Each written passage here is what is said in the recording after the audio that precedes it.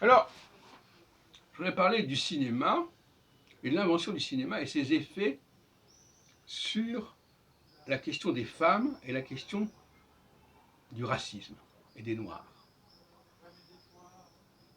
Et notamment le fait que le cinéma, pendant plus de 30 ans, était un cinéma muet, comme on dit.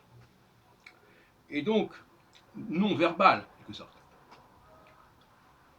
C'est-à-dire qu'en fin de compte, il fallait que les visages soient parlants, si on peut dire.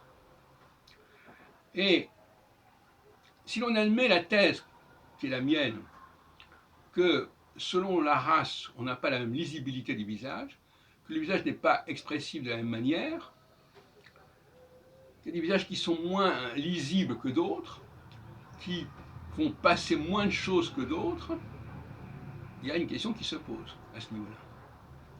Et qui fait qu'effectivement le cinéma a pu, quelque part, générer une forme d'apartheid des Noirs dans le domaine cinématographique. Parce qu'il ne convenait pas à cette nécessité d'expressivité du cinéma muet. En ce qui concerne les femmes, on dit souvent que le cinéma a traité les femmes comme des objets.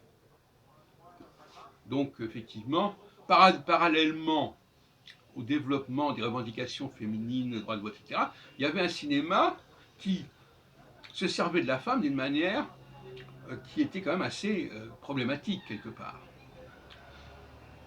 Et enfin, je dirais que le cinéma a probablement joué un rôle dans les rapports entre les hommes et les femmes, précisément parce que l'homme pouvait trouver au cinéma un partenaire.